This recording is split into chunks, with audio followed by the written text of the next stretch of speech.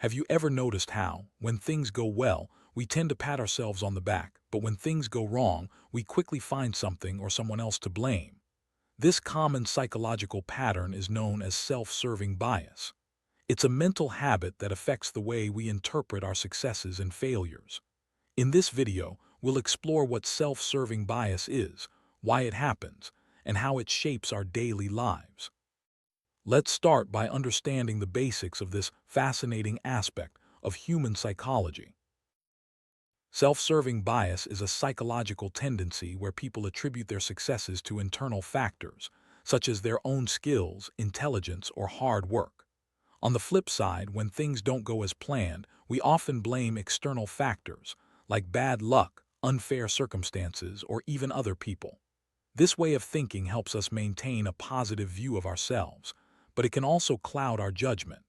Let's break down what this really means in everyday situations. To put it simply, if I succeed, I believe it's because of me, my abilities, my effort, my intelligence. But if I fail, I'm quick to point to reasons outside myself. Maybe the situation was unfair or someone else made a mistake. This mental shortcut allows us to feel good about ourselves when things go right and avoid feeling bad when they don't. It's a pattern that most of us fall into without even realizing it. Imagine you just received your exam results. If you aced the test, you might think, "I'm smart and I studied hard." But if you didn't do well, it's easy to say, "The test was unfair," or "The teacher made it too hard." This is self-serving bias in action. We take credit for our achievements but distance ourselves from our failures. It's a subtle but powerful way our minds protect our self-image. Let's look at another example: sports. When you win a game, you might say, "I'm talented," or "I played really well." But if you lose, it's tempting to blame the referee, the weather, or even your teammates. This pattern isn't limited to sports. It shows up in many areas of life, from work to relationships. The self-serving bias helps us feel good about ourselves, even when things don't go our way. So, why do we fall into the trap of self-serving bias? One major reason is self-esteem. We all want to feel good about ourselves and maintain a positive self-image. By taking credit for our successes and blaming failures on outside factors, we shield ourselves from feelings of inadequacy or insecurity. It's like a mental shield that protects our ego from harm, helping us stay confident and motivated. Think of self-serving bias as a mental shield.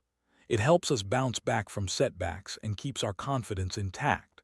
When we face criticism or failure, this bias allows us to deflect negative feelings and focus on our strengths. While this can be helpful in the short term, it's important to recognize when it's preventing us from seeing the full picture. While self-serving bias can protect our self-esteem, it also has some downsides. It can prevent us from growing and learning from our mistakes. If we always blame others or external factors, we miss opportunities to improve. This bias can also reduce our accountability and even cause friction in our relationships, as others may see us as unwilling to accept responsibility. Another consequence of self-serving bias is that it can distort our self-awareness. When we consistently attribute failures to external causes, we may lose touch with our own strengths and weaknesses. This makes it harder to accurately assess our abilities and make positive changes. Over time, this distorted view can hold us back from reaching our full potential. Self-serving bias doesn't just affect us individually, it can also impact our relationships. When we refuse to take responsibility for our actions, it can create tension and misunderstandings with friends, family, or coworkers.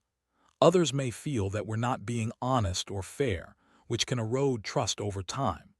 Recognizing this bias is the first step toward healthier, more open relationships. When we always blame others for our failures, we miss out on valuable lessons. Growth comes from acknowledging our mistakes and learning from them. Self-serving bias can block this process, keeping us stuck in the same patterns. By being aware of this tendency, we can start to take more responsibility and open ourselves up to real improvement. Reducing self-serving bias starts with self-reflection. Ask yourself, What part of this outcome did I contribute to? Being honest about your role in both successes and failures is key. Accept responsibility for mistakes and don't be afraid to seek honest feedback from others. These steps can help you develop a more balanced and realistic view of yourself.